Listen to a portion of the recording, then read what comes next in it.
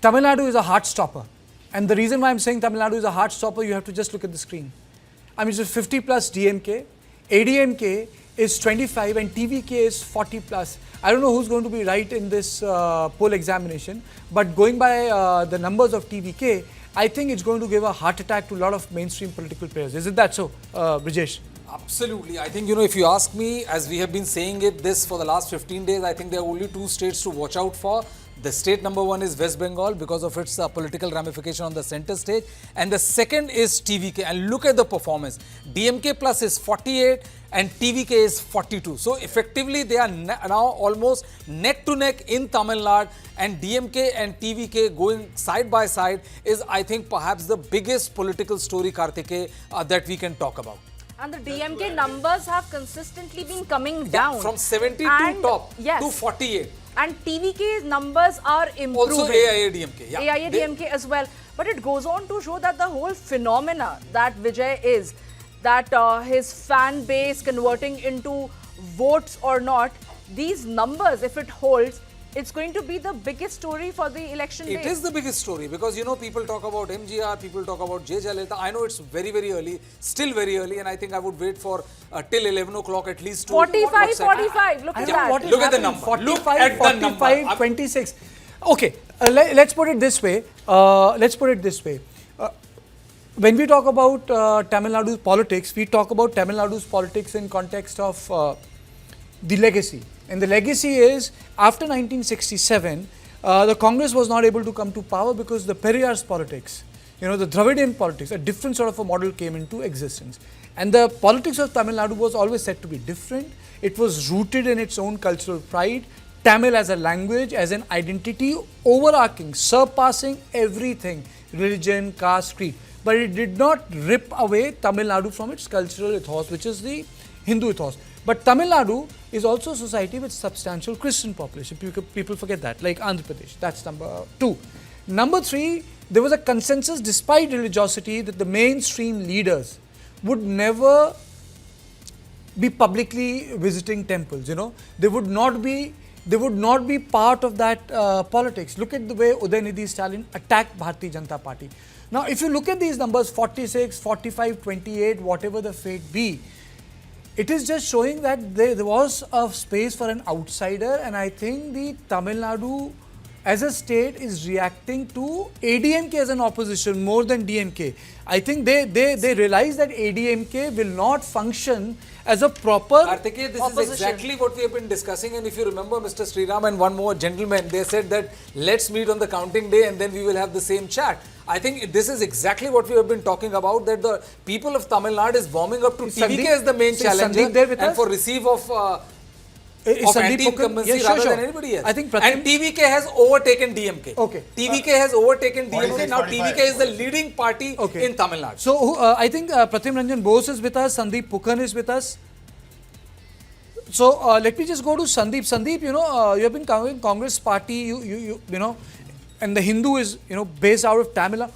What's your assessment? This is your ecosystem. I know you're an Assam expert, but you understand the space. What has happened? See, couple of things, Karthike. Number one, you rightly sort of hit the nail on its head when you say that people are also reacting to AIADMK. AIADMK, with all their fights between Palaniswamy and Paneerselvam, obviously it's not a very inspiring picture. Sometimes they are with the BJP, then they went away, then they came back. So all of this actually created a space for Vijay. Remember that there were other film stars. I wouldn't use, because Brajesh warned us not to use the word superstar. So, but the original superstar, Rajnikant, toyed with the idea of joining politics, didn't, stayed away. Kamala Hassan actually joined, created his party, didn't really succeed much, eventually aligned itself or himself with the DMK, and now he's come to parliament. So essentially, there was a space, for a challenger. And that challenger that has emerged, Vijay and TVK has emerged as a challenger to the DMK's uh, dominance over the years, especially post Jayalalitha period. Our colleagues, so I must share this very interesting talk that I had with a colleague only last evening, Karthike. So our colleagues believe that DMK will still manage to come to power. They will return to power.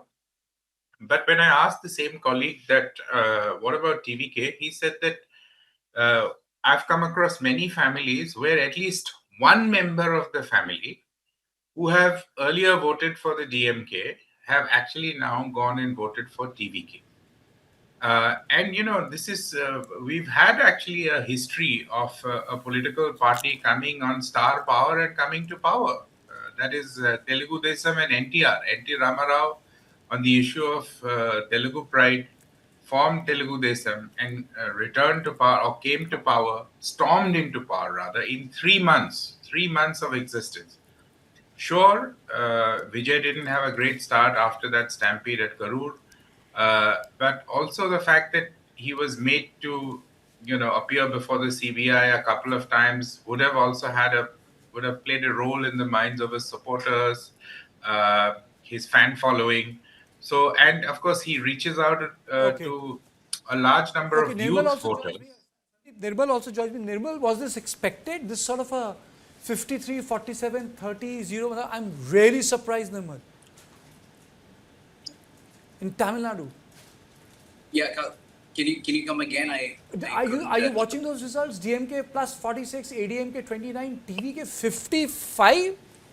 Absolutely surprising. Absolutely surprising. Because even yesterday, when I was giving a remark on one of the news channels, I said that it's really difficult. It'll be a modern day miracle if TVK comes to power. And it seems at the moment, although it's too early to say, that they're doing exceedingly well. Because if you look at the other celebrities or charismatic leaders that have tried or attempted what Vijay has done, for example, Kamal Hassan tried it, ended up getting just 2% vote share. Vijay Kant tried it, ended up getting just 8% vote share. Rajnikant almost tried it, but ended up backing away. So considering that and considering all the things that led up to the election, including the Karur incident where 41 people died, including the personal controversies that hit him, the movie controversy that hit him, he's doing exceedingly well. In fact, this is really surprising. Comment from Pratham. Pratham, 124, 180. I don't recall any time earlier that even in the previous election that BJP ever had a lead on TMC. And from 8 a.m. onwards, and it's 9:15, whatever may be the reason, early votes, early, trends. They have trends, they have maintained the lead. It's very risky to talk on that, honestly, because so far as I know that before 12 or 1 o'clock, you are not going to get any farm train. Okay. I agree. But I think we can we can start feeling some kind of a trend from 11 o'clock. I mean, that is my guess. When I took my first job, in TV, that was way back in 1999 in NDTV, the person who made NDTV said one thing, the most important thing in TV is never stop talking. Rest will take care of itself. So we'll continue to talk till the, the real numbers are out, and I'm talking about Prannoy. Okay, I'm also joined by Chitra Batham, spokesperson, Congress Party. Good morning, madam. Good morning. Good morning. Good morning. Madam, your comments on the big picture?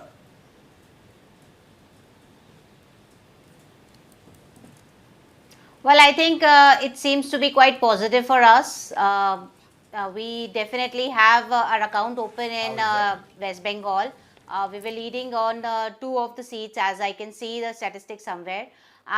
Also, we congratulate TVK for such a massive, lead that it has taken up in the early trends. And if it continues, then we definitely would be in a good surprise as such. But that was the call of the hour as such. And regarding Kerala, I believe that we are utterly confident that we are going to make the government. And related to Pondicherry, I think I don't have the numbers with me, but I'm sure that it is again, 22 BJP plus Congress plus 6, ma'am. 22 plus BJP, 6 plus Congress. These are Puducherry numbers, madam. Oh, okay. But how are you drawing solace from TVK going ahead at 62, Okay. ma'am? I just want to know because you're performing poorly in Tamil Nadu, you're performing very poorly in Assam. I mean, where are you drawing solace from? Leading in 3 seats in West Bengal. I mean, does the Congress party not have an ambition when it comes to winning election? What is drawing solace from 3 seats? You were riding pillion with the DMK in Tamil Nadu. In Congress, in West Bengal, the Congress party has been reduced to single digits. When it comes to Assam, it's a dismal performance. The spokesperson before you, we were asking him, why doesn't the Congress party act in time to plug the defection? Why does it wake up when there has already been leaders who've complained about the state leadership issue? The central leadership doesn't pay attention to it. They pay no audience to them. And by the time you wake up, it's already too late.